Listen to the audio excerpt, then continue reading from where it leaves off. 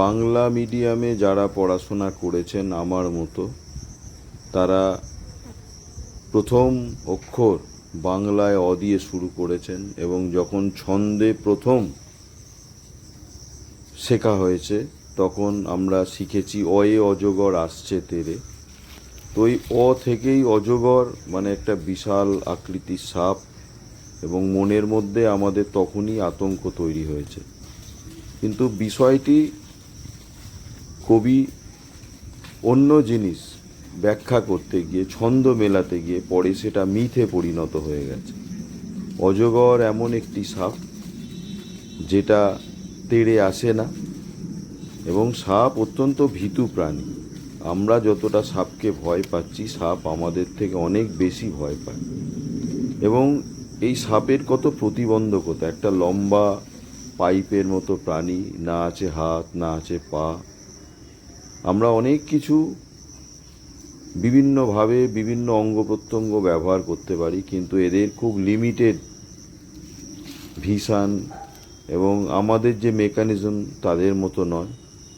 কিন্তু যেহেতু আমাদের একটা সচ্ছল ধারণা বা পূর্ণাঙ্গ ধারণা থাকে না বা তৈরি করা হয় না, সেই জন্য সাপ নিয়ে আমাদের একটা সবসময় ভয় ভীতি থাকে। সাপ মানেই আমরা ধরে নিই আতঙ্ক, এবং সাপ কামড়ালে নিশ্চিত মৃত্যু। আমাদের এতদ অঞ্চলে অধিকাংশ সাপই কিন্তু নির্বিষ সাপ, এবং যে সমস্ত সাপ সাধারণত গাছে চড়ে বেড়ায় সেগুলো নির্বিষই হয়। কিন্তু এরকমও দেখা গেছে যে শীতকালে গোকরো সাপ, কেউটে সাপকেও গাছের উপরে রোদ পোয়াতে দেখা গেছে।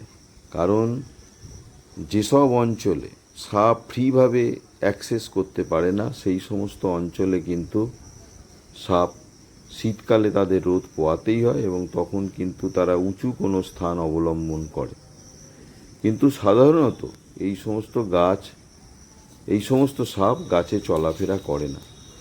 এই যে সাপটিকে দেখছেন, এই সাপটি কিন্তু বাংলা একে দাঁড়াস বলে, হিন্দিতে ধামিন বলে, এবং ইংরাজিতে র্যাট স্নেক বলে। বাংলাতে এর একটা শব্দ ব্যবহার করা হয়, কিন্তু সেই শব্দে যাচ্ছি না, কারণ শব্দটা ঠিক মানে শ্রুতি মধুর নয়। এবং এই সাপ বায়োডাইভার্সিটিতে এতটা প্রয়োজনীয় যে তাকে ওই নামে ডাকাটা আমার ঠিক সমীচীন মনে হলো না, তাই বলছি না। তো যাই হোক, এই সাপ সাধারণত ইঁদুর খায়, এছাড়া ব্যাঙ খায়, পাখির বাচ্চা খায়, এগুলো খায়। এবং অনেক সময় দেখা যায় খাঁচার মধ্যে ঢুকে পড়েছে এবং ওই পাখির বাচ্চা খেতে। এই যে গাছেও যে উঠেছে, এটাও কিন্তু কোনো পাখির বাচ্চাকে ধরার জন্য। এইবার উঠতে গিয়ে যে ডালে উঠেছে সেই ডালটা অতটা শক্তপোক্ত না, মাটির দিকে ঝুঁকে পড়ছে, এবং কোনো কারণে সে কিন্তু না উঠে চারিদিক অবজার্ভ করছে। কখনো মাথা এদিক ওদিক ঘাড় নাড়াচ্ছে এবং এদিক ওদিক যাওয়ার চেষ্টা করছে, আবার সে কিন্তু এক জায়গাতেই রয়ে যাচ্ছে। এই সাপটা কিন্তু প্রায়শই যে সমস্ত বাঁশ দিয়ে বানানো বাড়ি থাকে, ছাদের নিচে যেখানটায় বাঁশগুলো দিয়ে একটা মাচা মতো করা থাকে, সেখানেও কিন্তু এই সাপকে প্রায়শই দেখা যায়।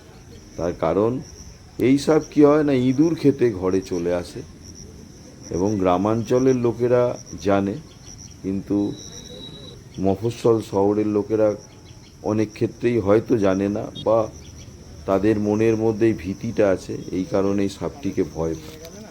এই সাপটিকে বিভিন্ন দিক থেকে ছবি তুলেছি। সাপটিকে যখন গাছে দেখতে পাই বোঝানোর জন্য, গায়ের আঁশ থেকে শুরু করে পেটের তলদেশে কেমন দেখতে সেইটাকেও বোঝাবার চেষ্টা করেছি, যাতে করে মানুষ সাপটিকে চেনে এবং সাপটিকে যথেষ্ট গুরুত্ব দেয়। কারণ একজোড়া ইঁদুর ক্রমান্বয়ে বছরে 1250টা বাচ্চা দেয়, এবং পরিসংখ্যান অনুযায়ী 5 ভাগের 1 ভাগ শস্য ইঁদুর খেয়ে নষ্ট করে। ফলে সাপকে বাঁচান তাতে পরিবেশ প্রকৃতির ভারসাম্য রক্ষা পাবে এবং মানুষ উপকৃত হবে এবং প্রকৃতির নিয়মে যেভাবে যে প্রাণী প্রকৃতির নিয়ন্ত্রণ থাকে সেইভাবে নিয়ন্ত্রিত হবে।